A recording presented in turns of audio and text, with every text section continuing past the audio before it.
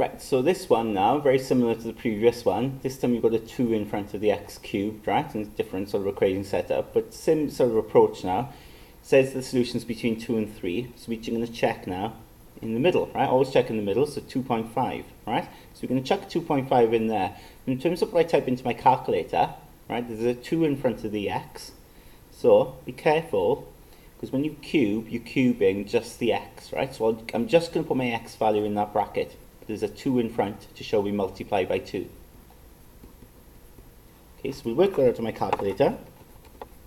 Set that up.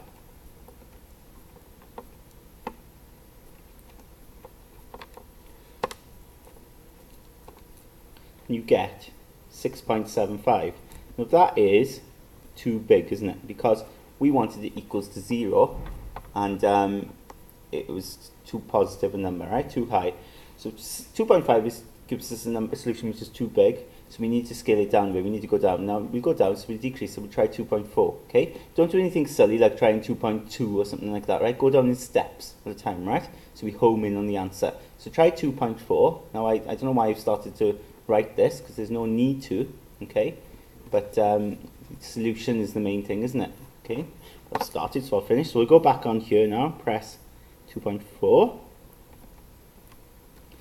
We get 3.448. Right, now that again is too big. Okay, so now we'll try 2.3 to see what happens there. So we'll go back here.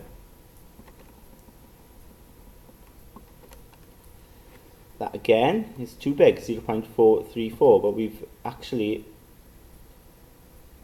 getting close to 0, aren't we? So my guess is now when you put in 2.2, it's going to come out too small. But we've got to check it, and the important thing is you write down the answer, because the examiner is going to look for these answers. Of course, as I said, as I expected, it was going to be too small. This is what the examiner is going to see here, right? He's going to mark you. So far, we've got 2 marks, right? You have a mark for checking the middle value, okay? And you've got a mark then for homing in on the solution, right? We've shown it's between 2.2 and 2.3, isn't it? 2.2 is too small, 2.3 is too big. To work out which one it is, though, because we need to decide what solution it is correct to 1 decimal place, draw a number line, put 2.2 one end, 2.3 the other end, okay? Too small, too big. What you do then is you go in the middle of those two, okay? So in the middle is 2.25, right? And we put that into our calculator. So we go back.